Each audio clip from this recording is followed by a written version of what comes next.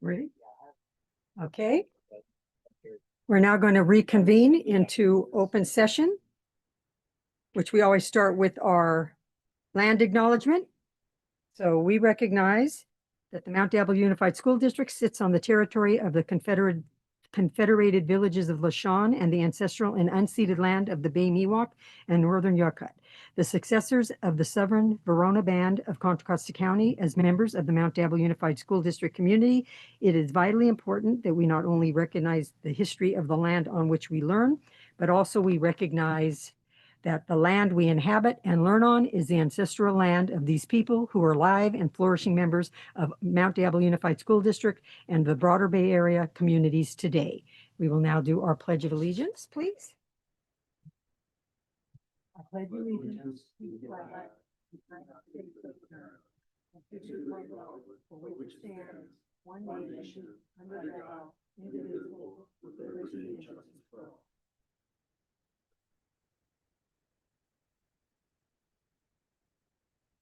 And just for the record, we will not be joined by our student trustee tonight because he isn't feeling well. So now we will go to the review and potential approval of minutes of the regular board meeting held on March 25th, 2026. Madam President, I move that the board approve the minutes for regular board meeting held March 25th, 2026. Second. We have a motion by trustee Lawrence, a second by trustee McDougall.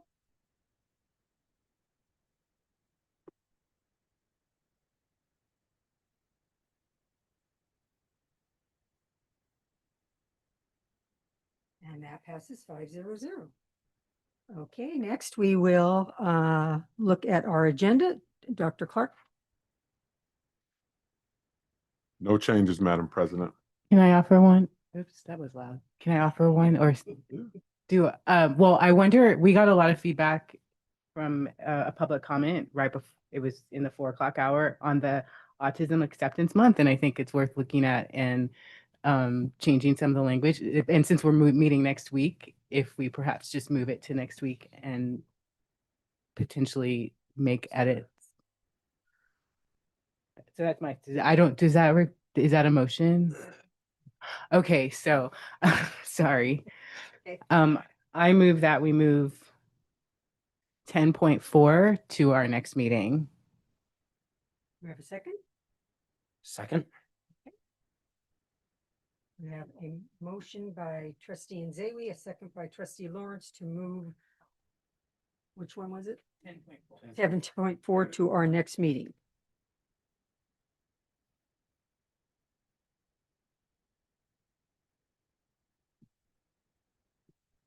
So now I'll entertain a motion to approve our agenda with that change. I move that we approve our agenda with that change. Second. Okay. Motion by Nzewi, second by Lawrence. So you want to add verbiage to that autism one? I'd like to consider the suggestions offered by public comment.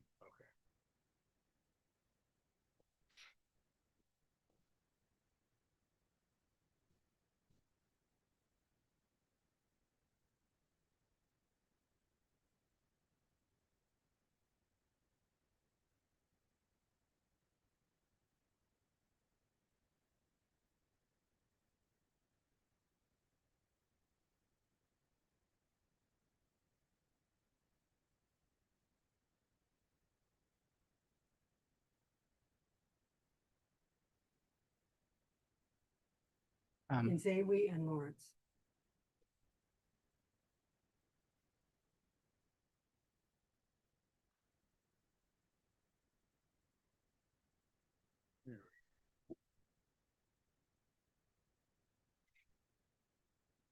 And that passes 5-0-0. Okay. Takes us to our next item, which is report out of closed session. 7.1, report out of any action taken in closed session, anticipated litigation. The board met in closed session with legal counsel to discuss the matter of anticipated litigation, significant exposure to litigation pursuant to Government Code 54956.9D2. In the matter of one anticipated litigation, the board voted 5-0 to give, to direct counsel. Sorry about that. Next item in closed session that we are bringing forward is 3.5. So who has 3.5? Which would be, Madam President, I move that the board approve the expulsion of student 12-26. Prior to readmission, student 12-26 is required to meet the following conditions. 1, student must not enter the grounds of any MDUSD school at any time for any purpose. 2, student will not attend any MDUSD school-sponsored activities, whether on or off campus. 3, student will complete his coursework at his new site. 4, student will complete 25 hours of counseling to address anger management and conflict resolution. 5, student will demonstrate a successful school experience, which includes 1, no violation of school rules and education codes 48900, 48915, or district rules and regulations. 2, satisfactory academic progress, 2.0 GPA or better, and earn 20 credits. 3, satisfactory attendance, 90% attendance, and no excessive tardies. And 6, student must not commit any expellable offenses as defined under the education code. I second that. we have motion by trustee Lawrence, second by trustee McDougal.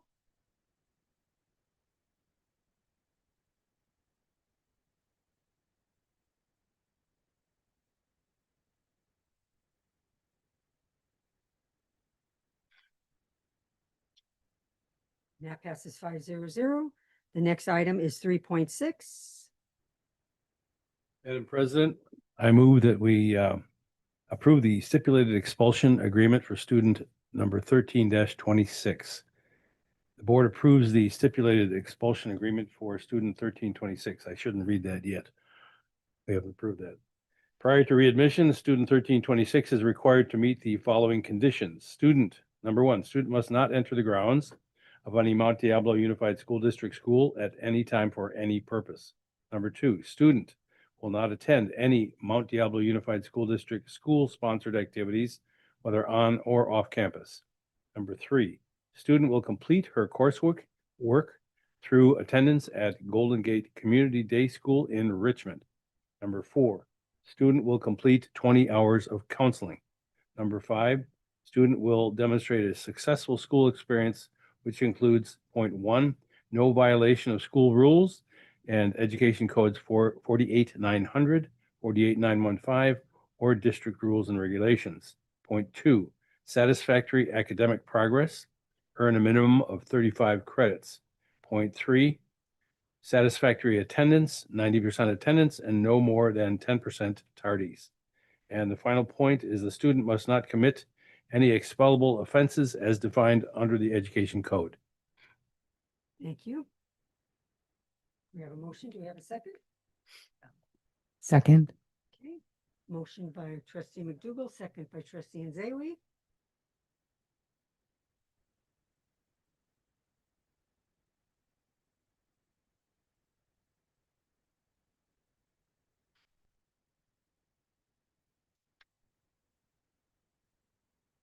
And that passes 5-0. And the last one is 3.7.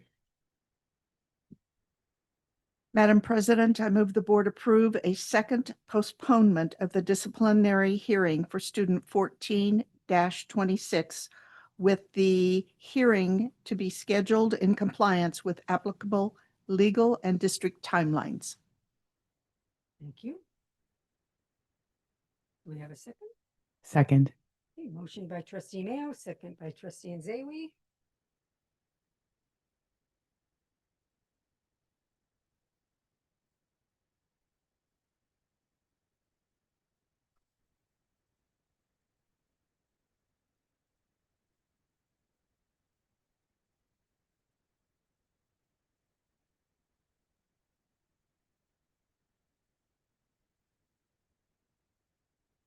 That passes 500, and that takes us to public comment.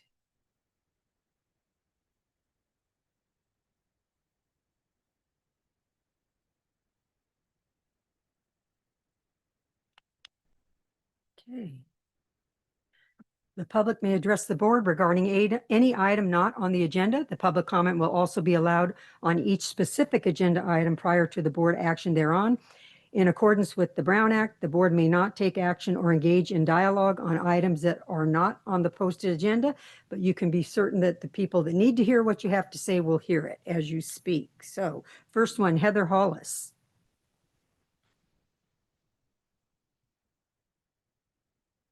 Good evening, board members. I'm coming here tonight as a frustrated parent. I've tried to resolve this for months at site level. I've tried emailing a little bit at the district. I don't feel like I should have to beg and plead for my daughter's education, for her to have a safe learning place. She has problems with a student. That student's parent so happens to be a teacher. So everything that is happening, they're only taking one side of it. And we have proof of that, but it is still not enough. I'll give an example. One, they accused my daughter of threatening to fight the student, and it was said on the bus. That day in question, my daughter was never on the bus. I've gotten a matter of about 15 phone calls in 2 weeks that my daughter is disobedient. She's disrespectful, loud. I email all 6 teachers. I have proof of all these email threads. Each teacher in those 6 classes state that it was not them. It did not happen in their class. So when I contacted the school again, please give me what teacher observed this, what class. We can't tell you. We have to protect identities. So what class is it happening in? Does she have a 7th period that I don't know about?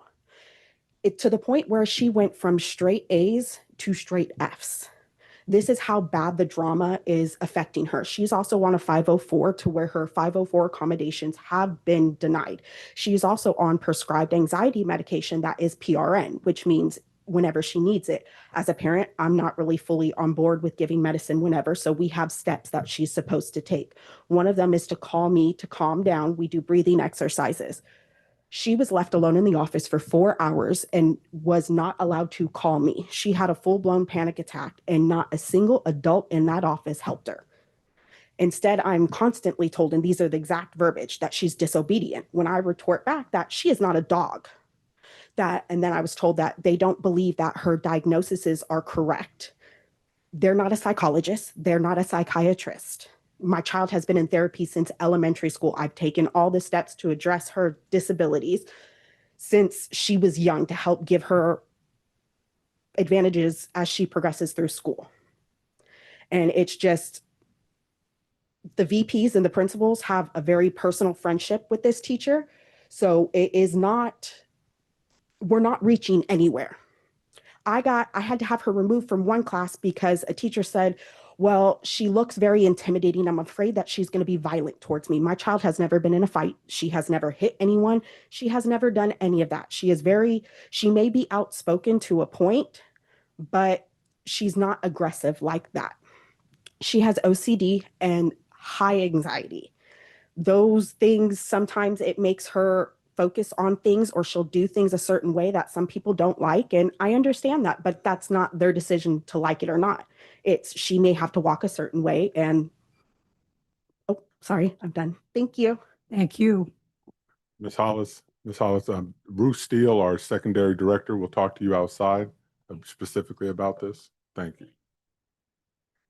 Elizabeth Silva.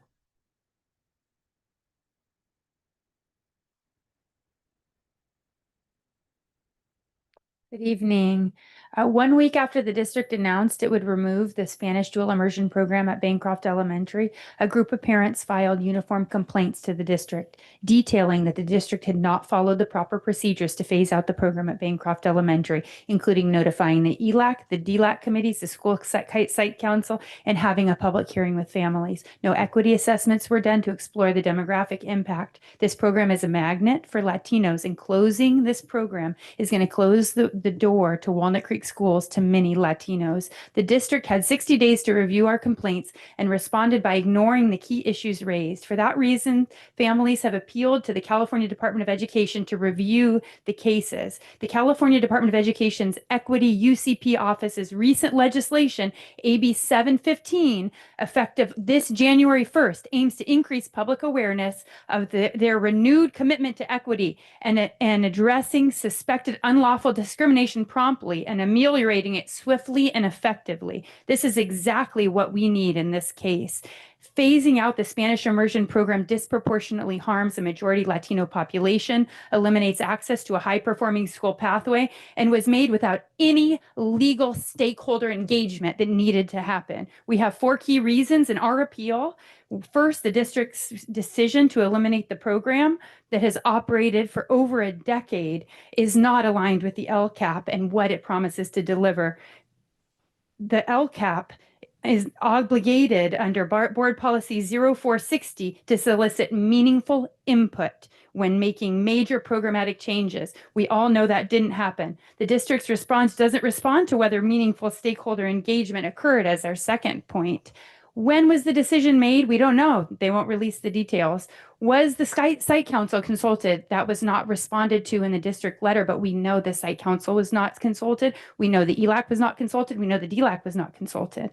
Was a decision specifically communicated to families before January 28th? No, it was not. The third reason is that the district says the program that they took community input over several years regarding cohort splits and the enrollment capacity. They took public comment when they made their determination. We know that the grievances about the cohort priority system and are not related to the need to relocate it. None of the cited public comments called for the elimination of the TWDI program. And finally, the discriminatory impact on Latino students has not been studied. The failure to conduct any impact assessment is a violation of the procedure, and it is exactly what the California Department of Education scrutiny under this education equity law is supposed to respond to, which is why this is such an important issue. We're asking the board to please intervene. Thank you. Elaine Newland.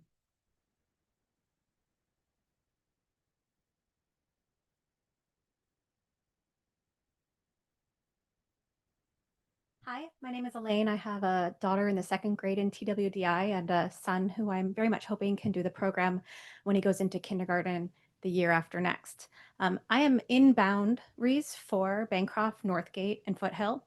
And this program has been really important to us, but for logistical reasons, if it moves to Woodside, we would not follow it. A lot of reasons for our family and a lot of families in a similar state where this program is so important, but it going to Woodside would mean we wouldn't be able to participate. From what I've seen from a lot of the different presentations about moving it to Woodside, one of the reasons for that is to solve an undercapacity issue at Woodside and an overcapacity issue at Bancroft. And I just want to make sure that this group is thinking about the number of students who wouldn't be going to Woodside and solving that problem. It's just leaving students at Bancroft who don't get to do the program anymore. We actually bought our house up the street from Bancroft because we were so excited about this program, and we wouldn't be able to go to Woodside. We have met the threshold for keeping this program at Bancroft, and even if you kept one teacher who simultaneously taught English and Spanish, we could easily fill that class without issue. You're going to have a teacher for those kids anyway, so we would love for that teacher to be one of the amazing teachers already at the program who can keep it going. We really appreciate the time that you've taken to listen to us about this. We know we show up week after week. This is clearly so important to us, and we're going to follow every pathway that we have to hopefully keep this amazing program. The other thing I wanted to just say, if I don't run out of time, is I was part of an inaugural class at a new school back when I was in 1st and 2nd grade. It took a number of years for that school to get where it needed to be for good quality programming. The teachers had to ramp up, the resources had to go into place. And we just think there's a lot of value in the Bancroft program continuing in tandem with the Woodside program ramping up, just to ensure that everyone can be successful and support each other.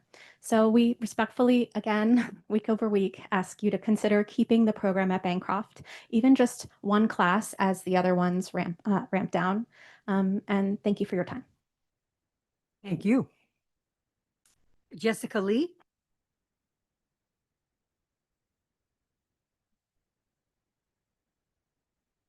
Hi, good evening, board members.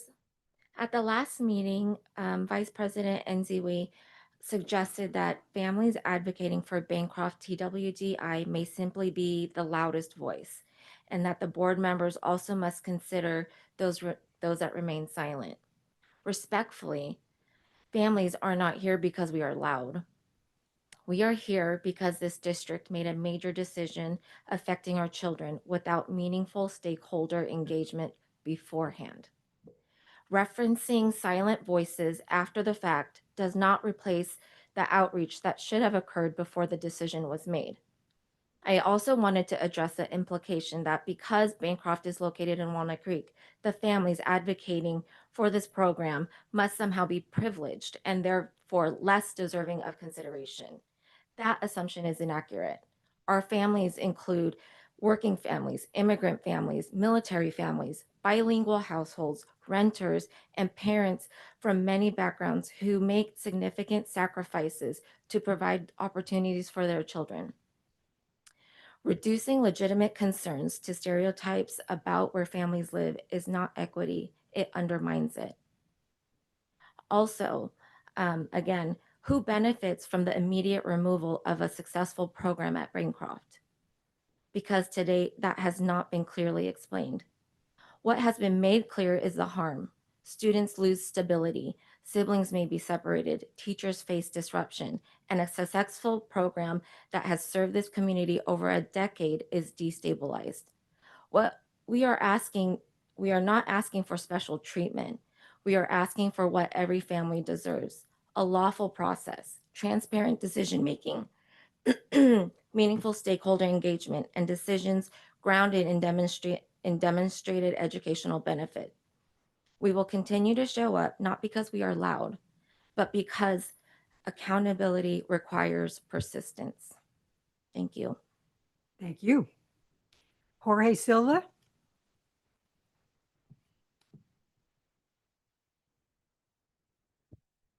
Hi, good evening.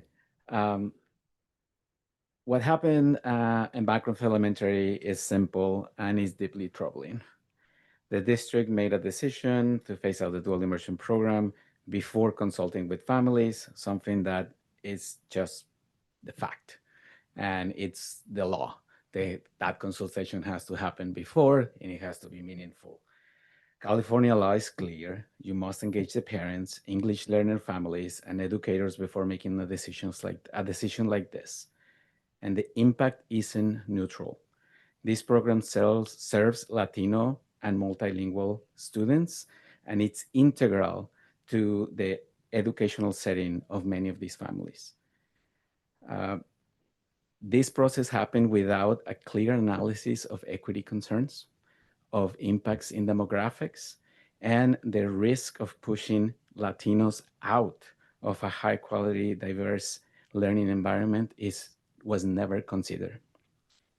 That is exactly why the state passed HB 715, that it came into effect not so long ago in January, to strengthen equity enforcement. We have now appealed to the California Department of Education because our uniform complaint that we submitted came back and saying that the district actually dodged the question, and they say that we alleged that there was no meaningful engagement, and they said that they did not answer that. They just say that they were entitled to move the program without any consultation.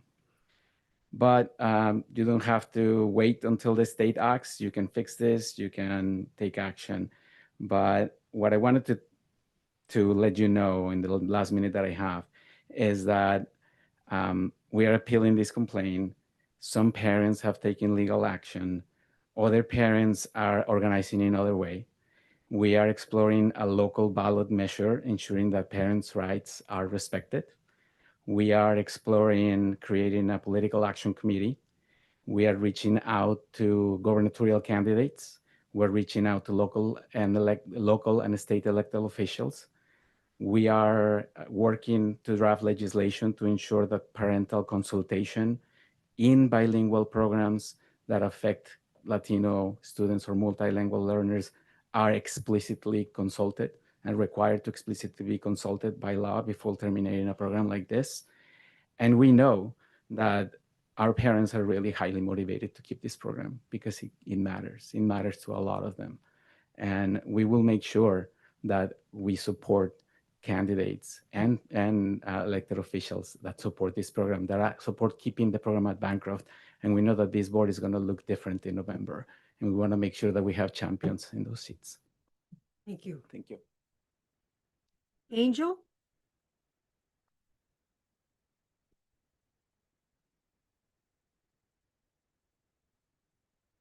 Is it on? Oh. Good evening, board members, President Ms. Mason, Superintendent Mr. Clark. So good to see you guys after a long spring break with all of you, but overall it's good to be back. I wanted to come and share some concerns and some suggestions that I have with all of you. A few weeks ago, I was in the hospital a few weeks ago because I had a quick accident involving a Paralympic sport. But most of all, I'm doing okay, just taking it easy. But overall, I just wanted to share with all of you guys that I also have another concern that I wanted to bring up with you. A few days ago, I was visiting an old friend of mine. Oh, me and her, we both went to Concord High together, and ever since we hung out, I wanted to give her name. Her name is Sarah, and me and her, we've both been friends since Concord High. She's at Bridge right now, and when she first came here to Bridge, she was a little bit shy, but when she saw me, she kind of like reconnected, and then fast forward to 2 weeks ago, I was visiting her, and all of a sudden my dad kind of lashed out at me for no reason, all because I wanted to visit her.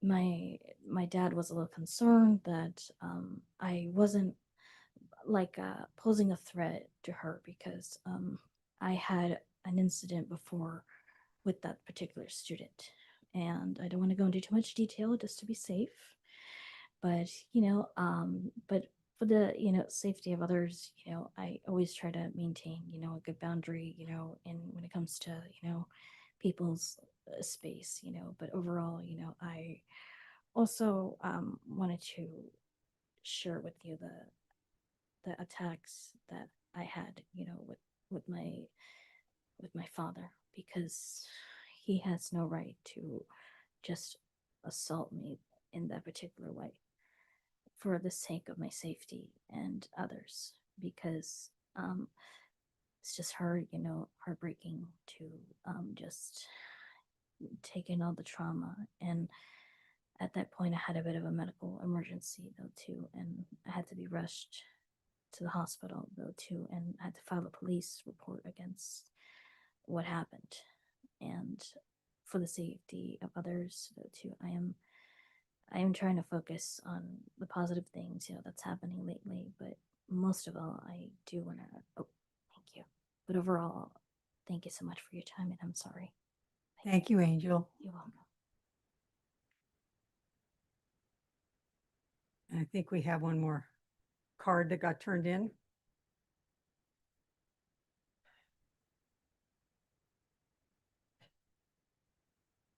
Demlis.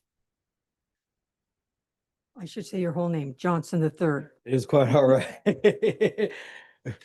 Well, good evening, board members, superintendent. As mentioned, my name is Dimlis Johnson III, and I bring you greetings from Rocket Ship Futuro Academy, located at 2351 Oliveira Road. Just wanted to stop by and invite you in person to our Neurodiversity Carnival taking place tomorrow night, April 16th from 4:30 to 6:30. Once again, located at 2351 Oliver Road. More details are in your inbox. But as mentioned, just wanted to stop by and invite you in person. Thank you to those who've already RSVP'd. We look forward to hearing from others and look forward to seeing you all tomorrow night. Thank you again. Thank you.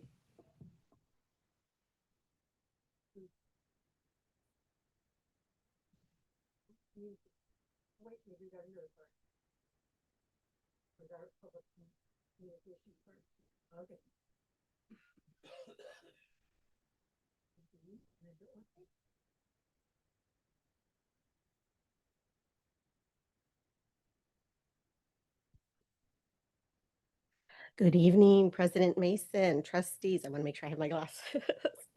Dr. Clark, members of the audience. I would like to welcome everyone back from spring break. Happy to be back. I had been ill, so I was able to take a short break, but I'm getting better. Today, I would like to bring to the trustees' attention a piece of information that I was reading the other day. According to the district's salary schedules, which is a document that anybody in the audience, can find on the district website. So since 2017, the adult ed administrators have earned ongoing salary increases, whereas our adult ed educators have not. So for example, in the 2017, and I have a document here that you can also look up, the adult ed administrators have earned for example, in 2017, the adult educator administrator's starting salary was $99,973. In 2025, their starting salary jumped to $143,076. That is a 49.07% increase over a 7 to 8 year period. During the same time, our adult ed teachers received 0, 0, 0, 0, and 0% increases. I also want to point out that our current TK-12 educators received a $46.71 hourly rate for the work they spend outside their site time. Sadly, the district is not offering our adult ed teachers the same hourly rate that their TK-12 colleagues are receiving. Many of our adult ed teachers teach part-time and do not make nearly enough to support themselves or their families. My ask to you, trustees, is to please direct our bargaining team to come to the bargaining table with a livable wage for our adult ed teachers, to also provide them with some prep time, and to provide retirement benefits over other items that we have pending on our bargaining table. I just wanted to bring that to your attention because I'm not sure if you're even aware of what's going on and the data that you can easily look up. So again, as always, if you have any questions, you know where to find me. I'm always available to answer them. Thank you. Thank you. Okay, that takes us to recognitions and resolutions. 10.1, review and approval of resolution 25/26, recognizing April 28th, 2026 as Bus Driver Appreciation Day. Dr. Clark. Oh, wait.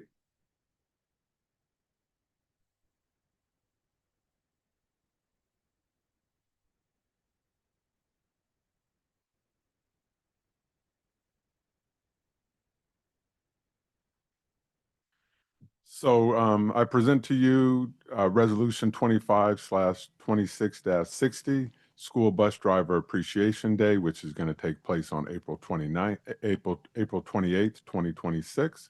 Whereas bus drivers in the Mount Diablo Unified School District are essential to our student support system. They improve access to education by providing safe, dependable transportation and promoting school attendance. And whereas school bus drivers are patient and work hard to keep students safe, even when road and weather conditions change. Now, therefore, be it resolved that the Mount Diablo Unified School District joins with the California State Assembly declaring Tuesday, April 28, 2026 as School Bus Driver Appreciation Day and commends all school bus drivers for providing great service, showing strong commitment, and making a positive difference in students' lives each day. Be it further resolved that this resolution will be distributed to all schools throughout the district. Before I put this over to the hands of the board, I just want to let you know that during the spring break, while many people were vacationing, I took a little trip over to the bus yard and visited with some of our mechanics, and also some of the drivers were still there transporting students who attend non-public schools. And there were also several drivers who were there doing extra training and making sure that they were all up on their certifications. We owe all of that to our leader in transportation, which is Mr. Chris Lepe, who is in the back there, and he is also here in support of this resolution. So with that said, I'll leave this resolution in the hands of the board. Thank you. Madam President, I move the board approve Resolution 25/26-60, recognizing April 28th, 2026 as School Bus Driver Appreciation Day. Second. Okay, we have motion by trustee Mayo, a second by trustee Lawrence.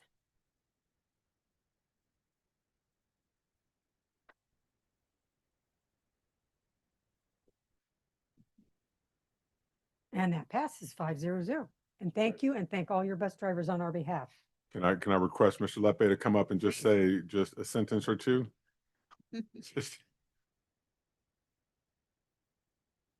Or two. Yes, okay, thank you. This recognition, we wanted to do it last year, and I will be totally transparent as always. I didn't know how to do it. Laura Juranic helped us with that. We put it on our calendar for this year to do it. We felt it was important to recognize our drivers on a day and just make it their special day. Thank you. Thank you. You know, my best friend's mom, Cupcakes all around. my best friend's mom, who her daughter went to school with me. She worked at the bus garage for years. So I have bus drivers are very dear to me. Yes. Dr. Clark, I'll just let you take them from here. Yeah, just I'm very excited about this next resolution. We have resolution 25/26-61 in recognition of Earth Day. Whereas the global impact, urgency, and magnitude of the challenge of addressing climate change calls for leadership in all sectors of society, all institutions, and amongst all elected officials. Whereas California has been profoundly affected by several natural disasters made more severe by climate change, including droughts, record-breaking wildfires, flooding, and coastal sea rise with impacts on coastal nearshore ecosystems. Whereas climate change impacts human health, making illness ranging from allergies to heart and lung disease, kidney problems, pregnancy complications, and skin cancer worse. And whereas we're going to encourage encouragement of environmental K-12 education and climate science, improvement of heating, ventilation, and air conditioning HVAC systems by replacing aged and inefficient heating, ventilating equipment with high efficiency heating, ventilation, and air conditioning systems, installation of modern LED lighting to broadly reduce energy consumption, utilization of health-conscious pesticide and chemical products in groundkeeping, processes to reduce exposure to pesticides, herbicides, and fungicides. So now, therefore, be it resolved that the Mount Diablo Unified School District Board of Education hereby recognizes April 22nd, 2026 as Earth Day, reaffirming our commitment to be part of climate change solutions and to educate our students about climate change and beyond. Madam President, I leave this resolution in the hands of the board.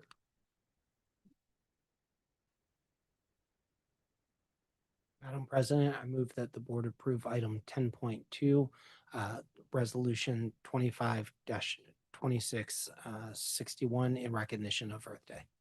Thank you. Second. We have a motion by trustee Lawrence, second by trustee Mayo.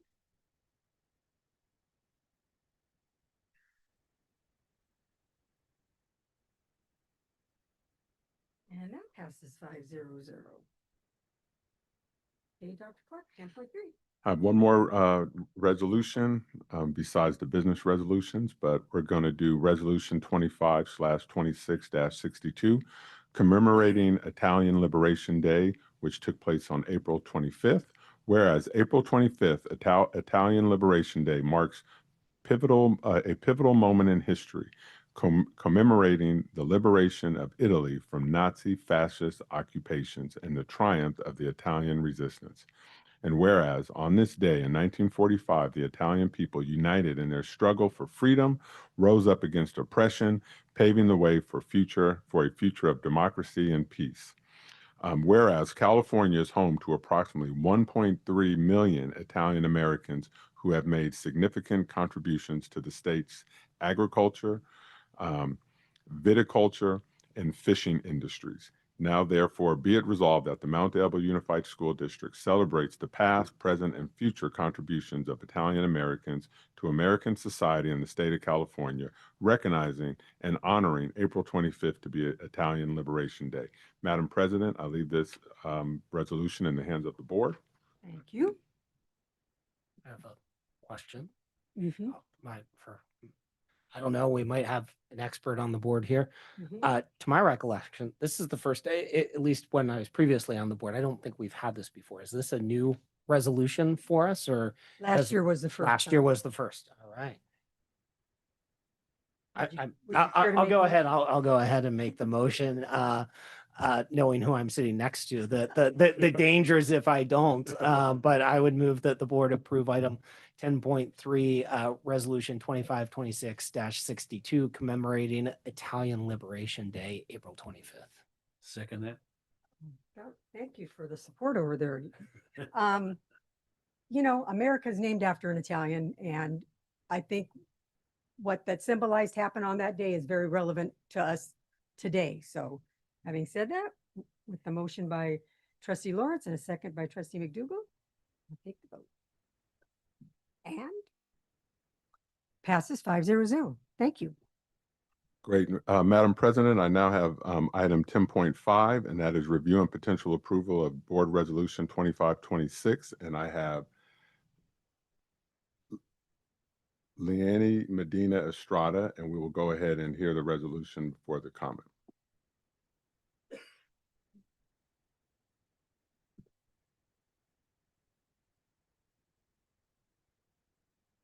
Thank you, Superintendent, President. This evening, we present this resolution for your review and approval to authorize the district to apply for provisional intern permits for 2 teachers while they take additional time to prepare for their intern credential program. And with that, I leave this in the hands of the board.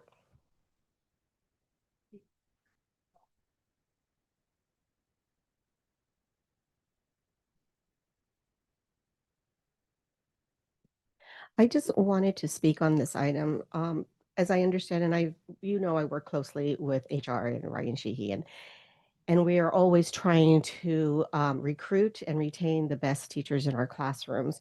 My concern is with this particular one, I just want to make sure when you hire these PIPs, these teachers, they're not credential teachers, they're working towards it.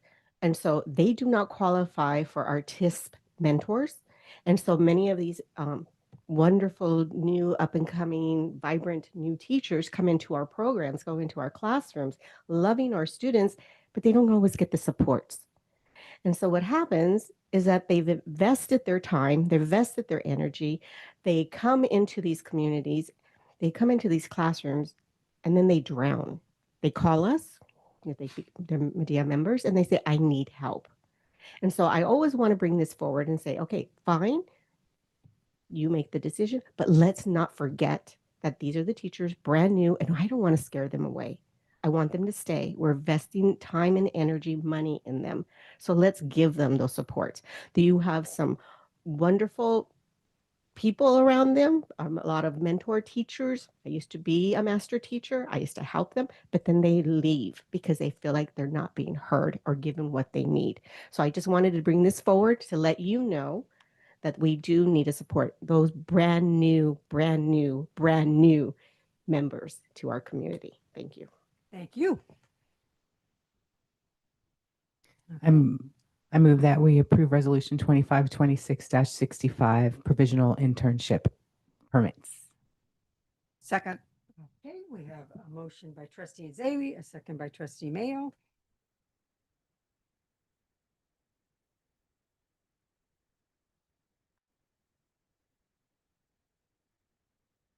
And that passes 500.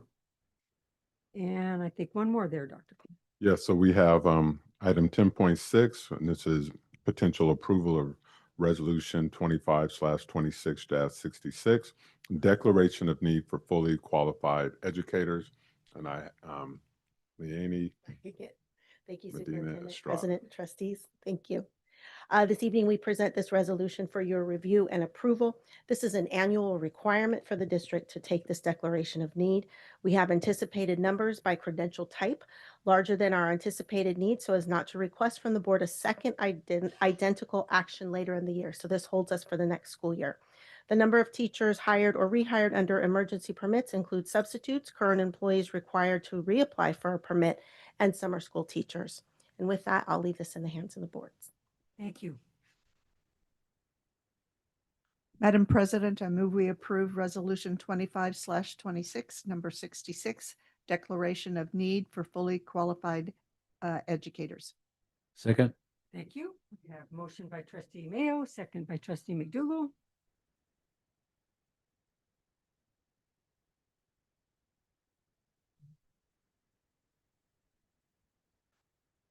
And that passes 500. Takes us to 11.1, review and potential approval of certificated personnel appointment. Dr. Clark.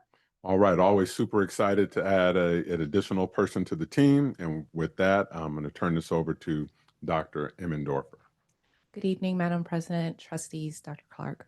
The Human Resources Department is bringing for the board's review and potential approval the appointment of Sarah Nowinski as the principal of elementary site to be determined. Sarah's career in education has afforded her opportunities to support students in grades TK through 12 in various roles from teaching to administration.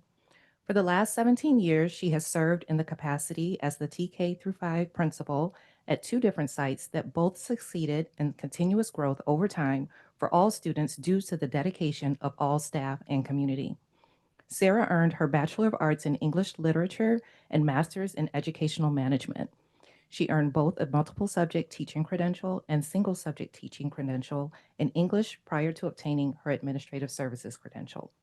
Sarah is a mother of 5 young adults and enjoys watching them take on life. She has always felt lucky to have the career that she has and wouldn't change it for the world. With that, I leave this appointment in the hands of the board. Thank you.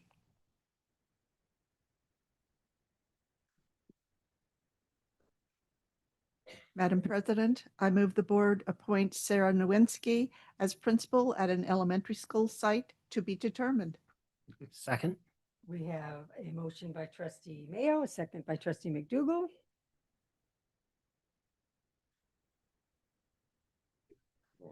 Oh, I'm sorry.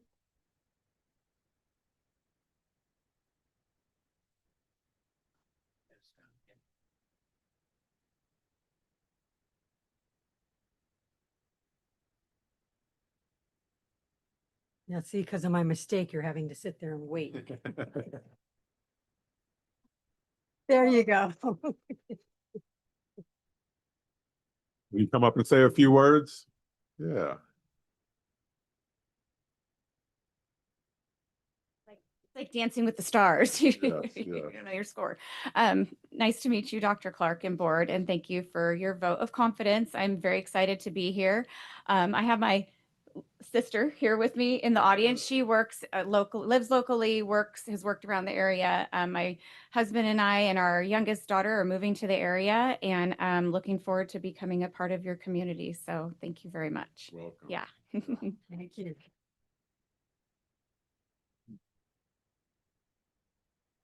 Okay, that takes us to board member reports. You want to start us off, trustee Mayo?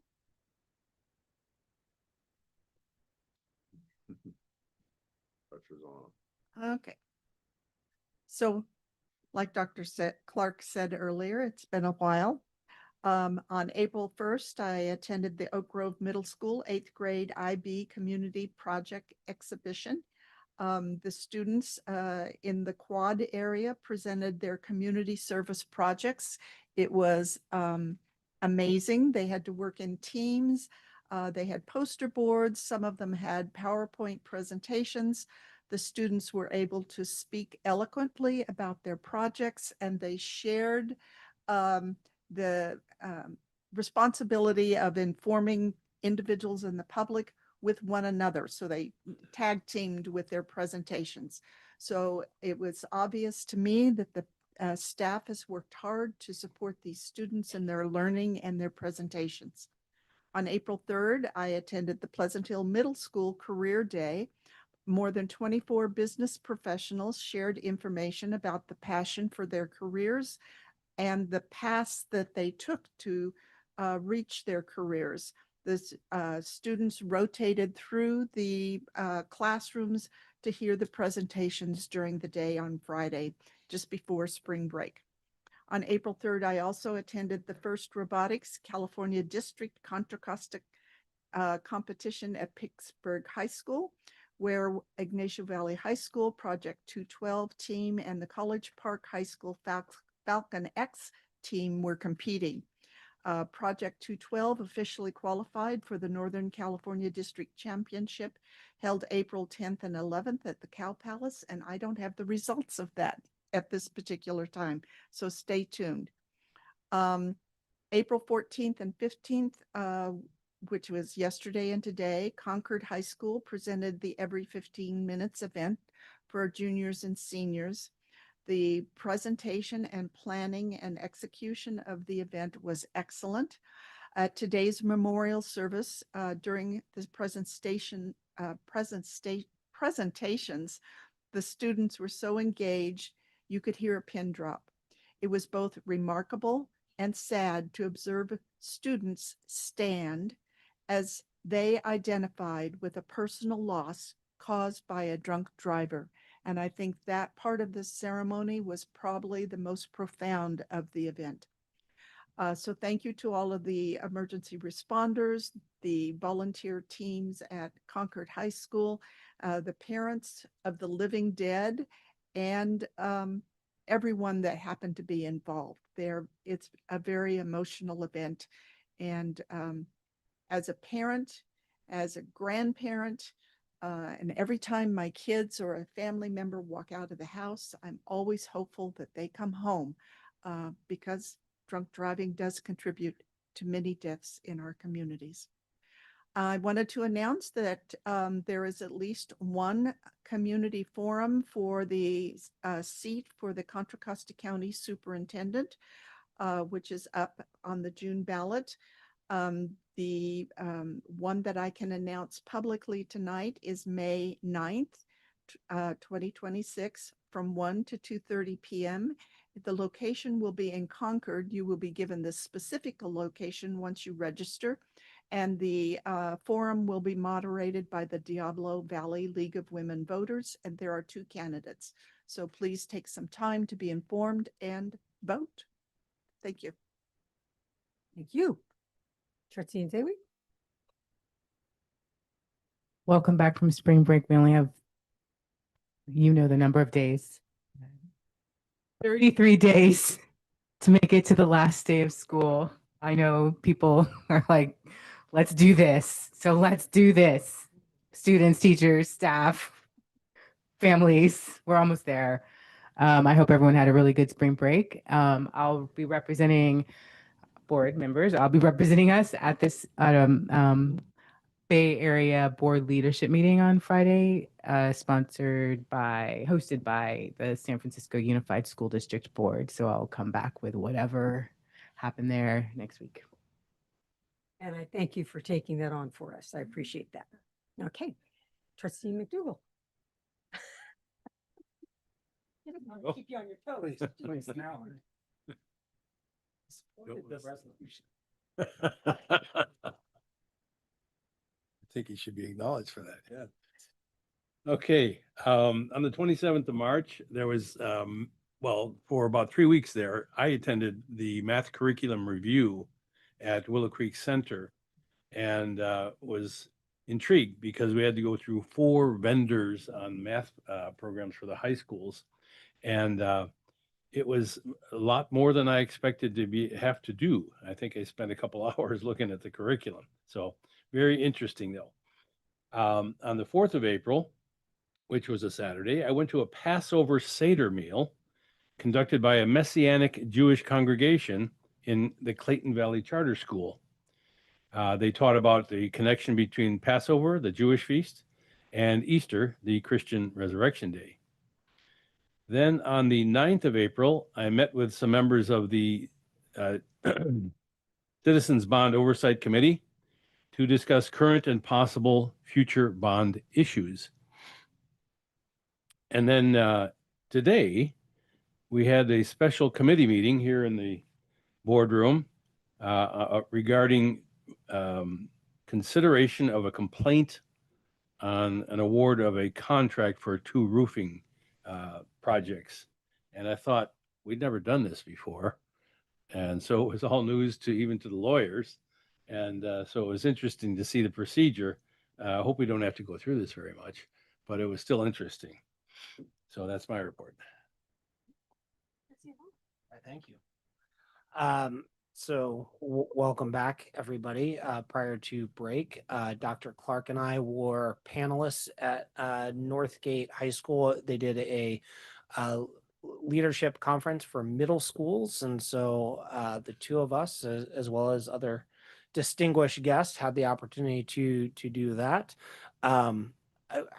Afterwards, I don't know if Dr. Clark got buttonholed the way I did, but some great questions, including like, what are the advantages and disadvantages of AI in the classroom, and just some really thoughtful conversation afterwards. So I enjoyed being part of that. I do want to make mention, previously when I was on the board, one of the things I had pushed for was a 2-year calendar. And I think that, to my understanding, I think there's been a bit of a twist to it. And I think it's always been a little bit fuzzy since then. My intention had been to give families the ability to plan 2 years out for, especially, as our summer break has crept earlier into August, and to have that ability for families to plan for things.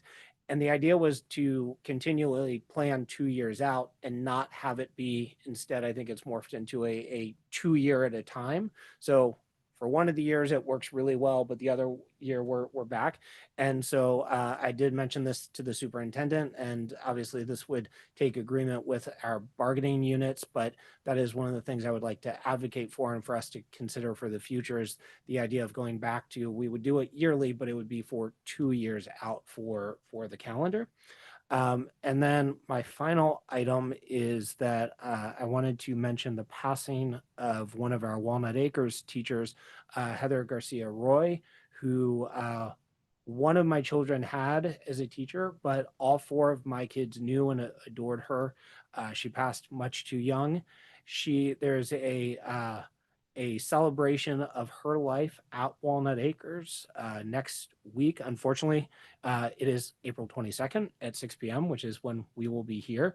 But it is a very fittingly a Disney themed and encouraged people to wear Disney attire, which I can attest of her love for Disney. And so I wanted to make mention of that, and that concludes my report.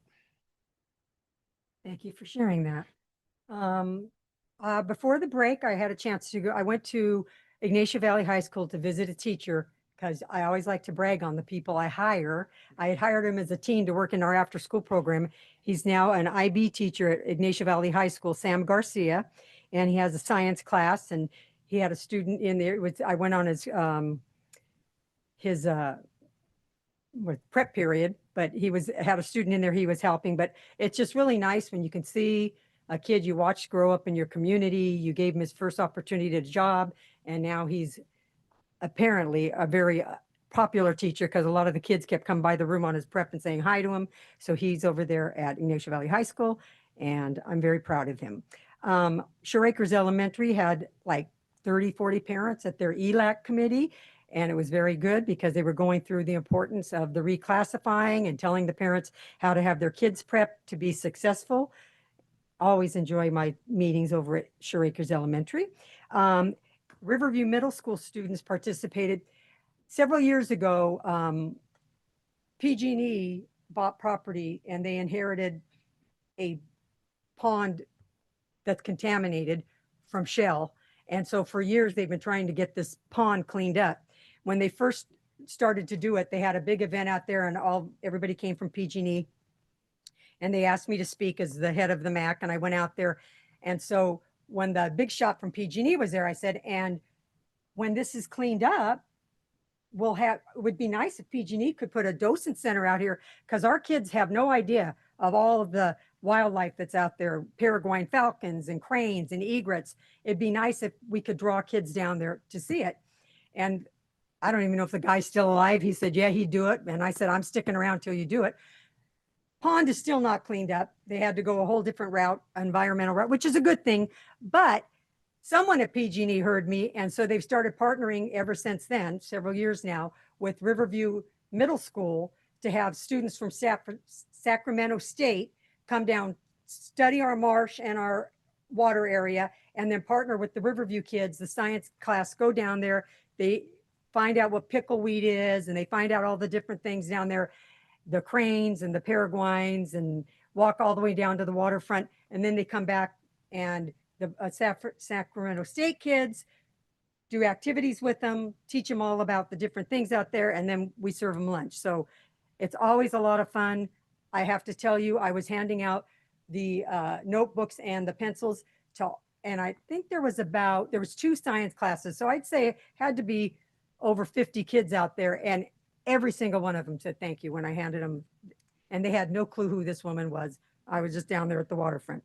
And then another topic, I usually try to keep my things specifically to school, but on March 31st, the SRO out at the school resource officer, Jasmine Smith, and Lieutenant Daniels from the Sheriff's Department, we do our turkey giveaway every Thanksgiving. And this year, our donors were very generous, and we had some money left over. So we held some of it back.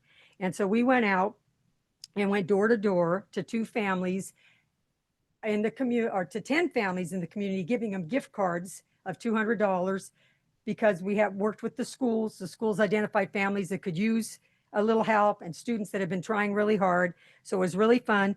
The only thing is, we showed up at the first house, and I looked at the sheriff, there's 2 sheriff cars and the big SUV, and I'm like, we did tell them ahead of time we're coming, correct? And they're like, no. I said, you better start letting them know before we come that it's not a raid, that we're actually here to do a good thing.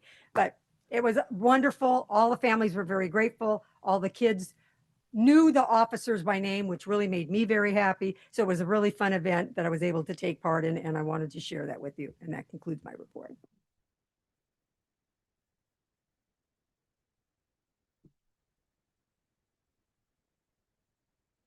I have a short report tonight, so I know you guys will be appreciative of that. Just again, I always like to start off with our LCAP goals, and as we do this work each and every day, it is work to meet all of these goals, to ensure that all students at every school, every one of our schools has a high value.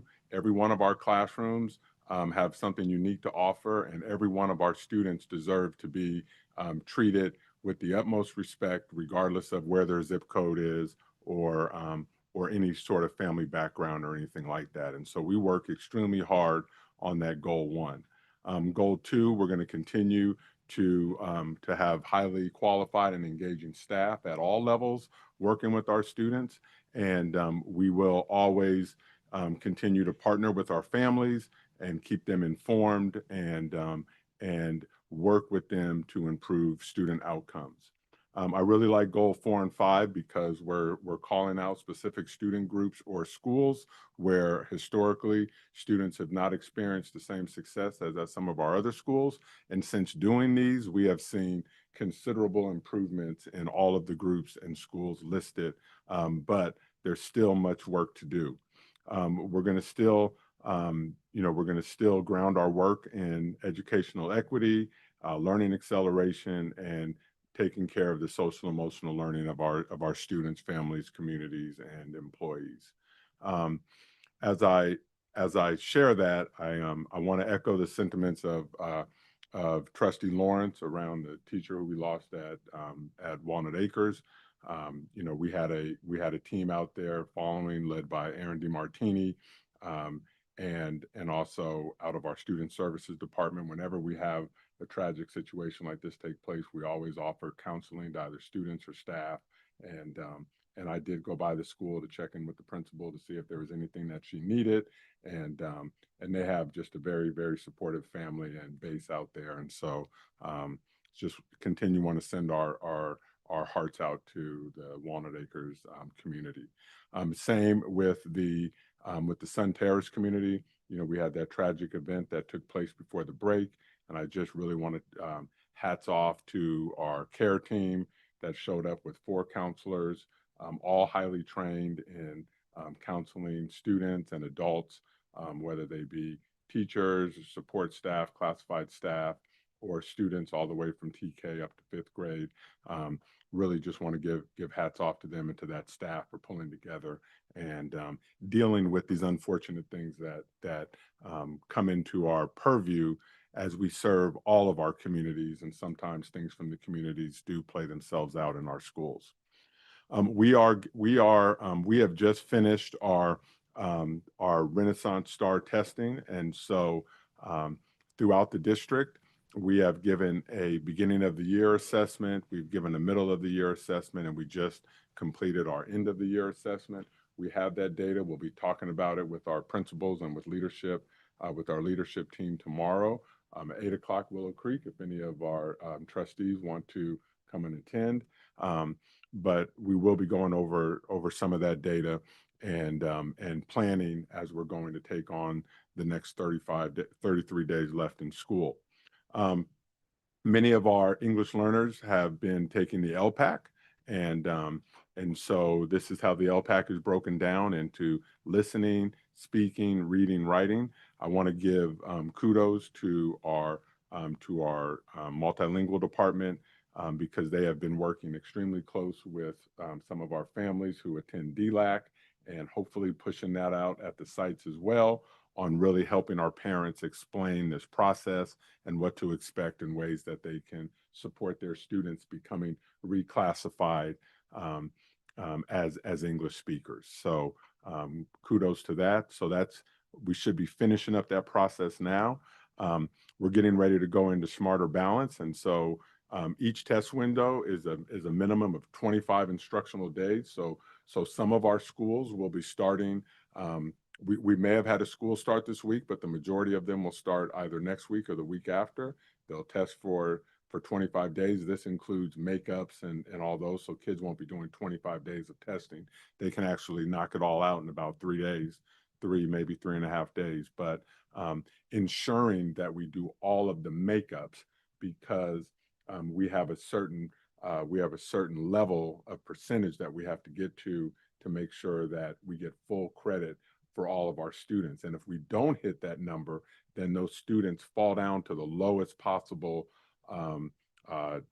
percentage that they could receive in that area. So we want to give all of our students the opportunities to demonstrate their knowledge, and we also want to give all of our teachers the opportunity to have students be able to really demonstrate what they've learned throughout the 147 days or so that they've been in school.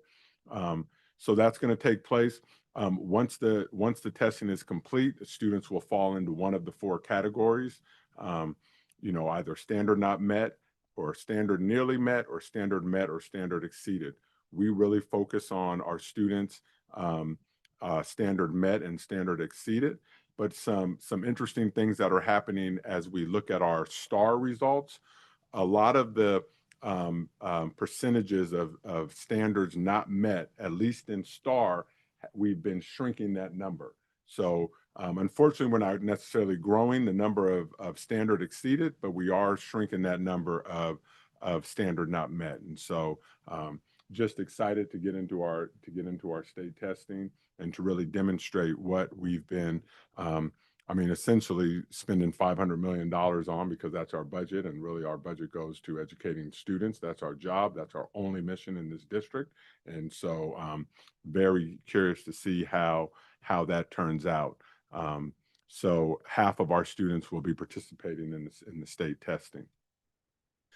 Couple things coming up. Our African American Parent Advisory will be meeting April 16th at Meadow Homes, and they will be, this meeting specifically, will be asking for input on the LCAP. And so we are in, I don't see Christina Filios here today. I think today might be a special day for her. And so, so she gets a pass from attending the board meeting because it's her birthday. But anyway, it's that time of year where we're collecting input for the LCAP. And so at all of our parent groups, we'll be doing this.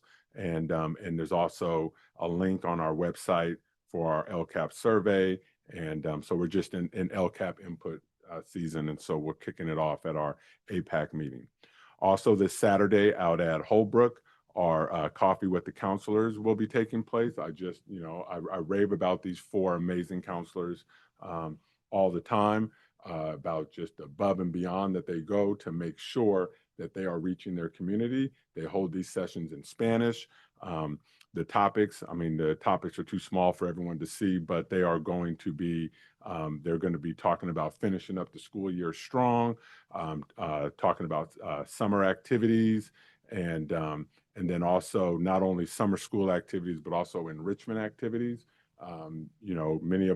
Many of our students look towards Mount Diablo in our programs to provide some summer engagement. And so through our ELOP team, we have many of those, but we want to make sure that our families hear about it. And so, so anyway, these 4 amazing counselors will be holding their last session of the year, which will take place this Saturday.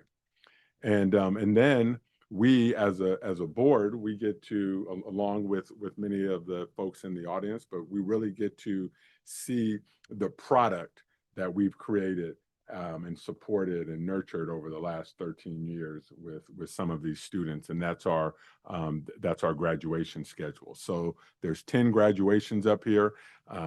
We are going to go to each one, and we are going to celebrate those students, celebrate those families, celebrate the staff that show up there, and really congratulate everyone on a year well done, but for many of our students on a career. And this is what we do in Mount Diablo. We prepare our students for college and or career. And so this is that this is that going away gift that we all get to be a part of. So really looking forward to this. And so we have this out here. I know all the board has had an opportunity to sign up and accept each of these classes. And we are really looking forward to that. I just want to share 2 fun pictures. This is a career day over at Mountain View. And in our LCAP goals, it really talks about partnering with families, partnering with parents, and being a part of that. Well, all of these parents that you see there sitting there took time out of their day to come and give back to the school and share their career. Many schools do this, but I just thought this was just a great picture that just really identified some of our committed parents. And they spent the day over at Mountain View, and there were lots of pictures of interactive sessions that they were having with students. But this is always just fun when, you never know what types of questions are going to come at you. And just like Trustee Lawrence said, after our panel, we got peppered with questions. And I always get, I ask the kids, like, are you excited for state testing? So that initiative, yeah, that goes over very, very well. And you heard when I said that to the crowd, they probably weren't too appreciative of that. But I want to highlight that. And then this was another picture I wanted to highlight is over at Mount Diablo High School and Concord High School. They did a series of trips, and this is just one. But to bring our students out and it's I don't know, the guy looks 12 years old who's working on that car. I mean, he's a young guy. But for our students to see people who reflect them doing work and to do this type of work is amazing. These garages do not look like they looked like, you know, when I had my 63 Plymouth Valiant and stuff, and I could do things like change the water pump and stuff like that, you know, but a lot of computers and, you know, so here they visited this mechanic, but they also went to Costco to go see the tires being changed. I know they've been to our bus yard and just seeing that, but I just wanted to share these two pictures of just different ways when our students leave the house, regardless of what grade and until they get home, everything that we do is contributing to their education. So whether it's sports, whether it's VAPA, whether it's some sort of club, whether it's some instruction, whether it's recess, all those things are all learning opportunities. And we just have so many opportunities for our students to learn and to engage and become motivated and to just, you know, really get all they can out of what we're offering. And there's no way that we could provide a one size fits all to all of our students and hit all the unique needs. Just a couple more things. Friday, I'll be attending the PTA event out in San Ramon, and I'll be there. It's an all-day advocacy event, but I'll be on a panel with the superintendent from Acalanes, from Moraga, from San Ramon, Pleasanton, Fremont, Dublin, maybe a couple others. But again, just trying to advocate for issues that we see in public education and ways that we can make it better and more accessible for all students and all of the adults that educate our kids. So we'll be advocating for that on Friday. So I won't be in the office on Friday. I'll be down in San Ramon. So with that concludes my presentation. And have any questions for any trustees? If not, we will move on. Thank you, Dr. Clark. Okay, that takes us to consent agenda.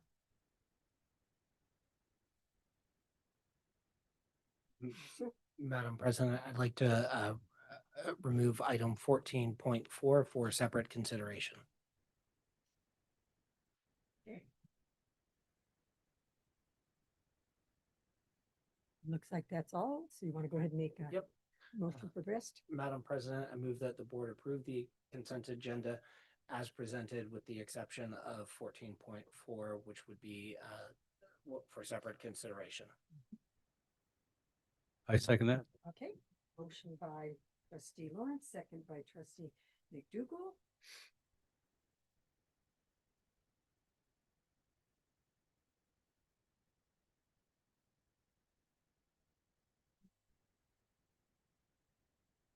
Did it put you out? Done. Okay, that passes 5-0-0. And we will now talk about what becomes 15.1. I would just look to the superintendent and staff for more information. This is regarding our potential bond measure, doing additional outreach. I think it ends up being the additional cost is around $162,000. And so just if we could get more information as to what would be entailed there. I'd also like to make some comments. Thank you for pulling that, Brian. 162,000 in additional funding to help promote the possible Mount Diablo School Board bond issue on the next ballot. In the report by this organization, CivX, a month or so ago, the policy showed possible support for of low to mid 50% approval on the bond when they interviewed, I think, about 600 people. Those figures tell me that this will be a hard slog for approval when 55% is necessary to pass. Secondly, the possible bond amount of $528 million represents a bond issue of 3.5 times our recent Measure J of $150 million. Even if the bond amount is the lesser choice, they did have a second option that was about half of that. It would represent nearly a doubling of the recent Measure J amount. Consider that this June, the Contra Costa College District is asking for approval of $920 million bond, plus several other tax increases on the November ballot. I think it will be very difficult to get approval for a new Mount Diablo unified bond. Finally, a large $50 million contract under Measure J promised over 30% savings from solar power and LED lights conversion. But in fact, our power bills have come in significantly higher, at 50% higher and more than previously. So I know we're going to be voting on this now, but what I'd like to suggest is that we add an agenda item in the future, hopefully next week, so that we can discuss this last point about the $50 million contract that did not produce savings. So that's my comment on it. And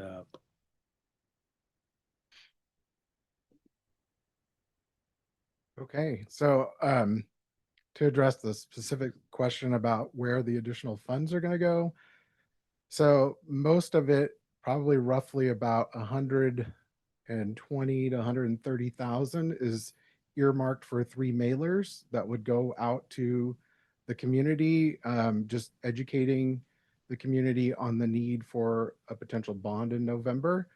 And then roughly about 30 to 40,000 is for a subsequent polling that we would do prior to putting a resolution in front of the board to actually go out for the bond. And that is just to see if the campaign increased the numbers, because we were right at about 55% based off that presentation and the polling that was completed in late June, early February. So to answer the question, that's where the funds would be going, to educate our community about Mount Diablo and what we're doing, and kind of address the questions that got brought up during the polling. would that additional polling be done before the 3 mailers? It'll be done after, because you want to see the effect of. So the mailers would be going out, 3 mailers, then the polling, and this would be before we vote on it as a board? Correct. So we're expecting to vote on it in June, probably, I guess. That would be the timeline, right around Okay. June. Just wanted to get that timeline.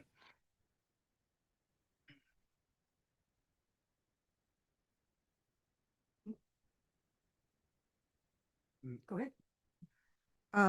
So I will be voting in favor of this because we do not have the opportunity to engage every household and every voter in our community through any other means. The emails that are available are not accurate. So the mail to the household is the only way we can reach them, unless all of us are willing to go to every registered voter in our district, which is what now approximately 150,000. So the mailers are our means of communication. We don't have newspapers to reach out to the public like we used to many years ago. And we can't buy ad space necessarily in the newspaper. I don't know how many people actually read the news online anymore. The other thing I think is it will present information about the great work we're doing, but it will also show what our need is, and whether or not we move forward, we will have done a public education campaign about the Mount Diablo School District. The need will always be there. And in my recollection, and I pulled some information from our 2010 Measure C campaign, the data for the initial polling was about the same. And we were successful through, yes, a hard-working campaign, but we were successful. But we need the public relations piece first. And I would just say, in recent conversations with one of our state representatives' office people, they're already very nervous that there's so many propositions that are going to be on the ballot state, local, that they're getting worried about it. Just people get so many and they just know all the way. So that, but you know, we're in for a penny, in for a pound. We might as well finish this part of it and then make our decision.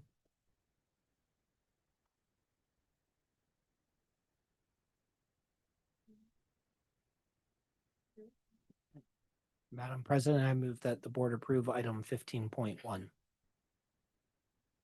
Second.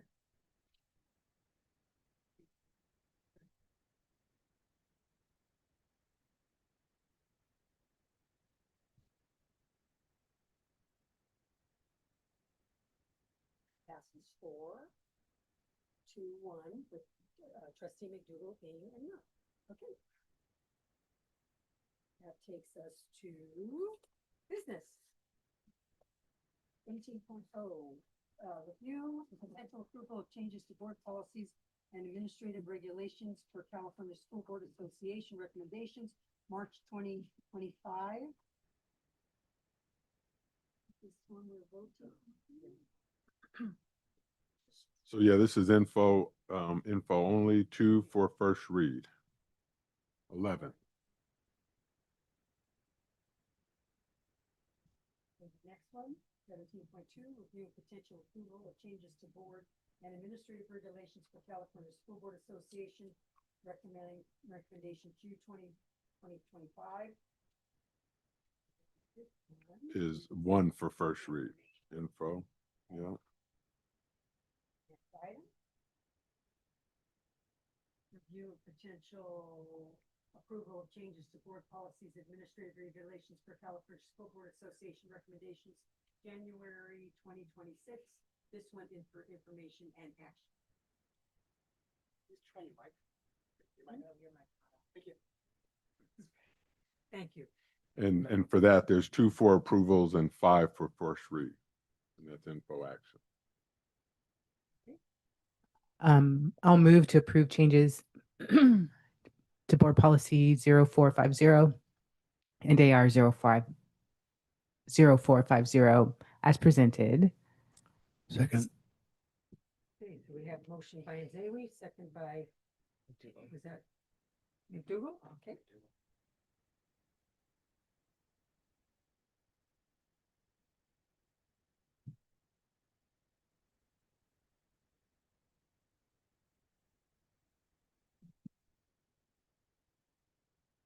And that passes 5-0. Next is meeting extension. I don't think we need a meeting extension. We're done with closed session.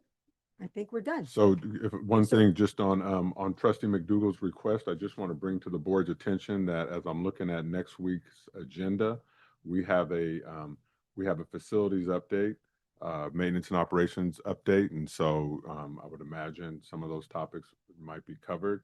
And then we also have an annual report. That's the Measure J oversight. So we have 2 items that if there's questions need to come up about that project, I think they can be covered. So that is coming up.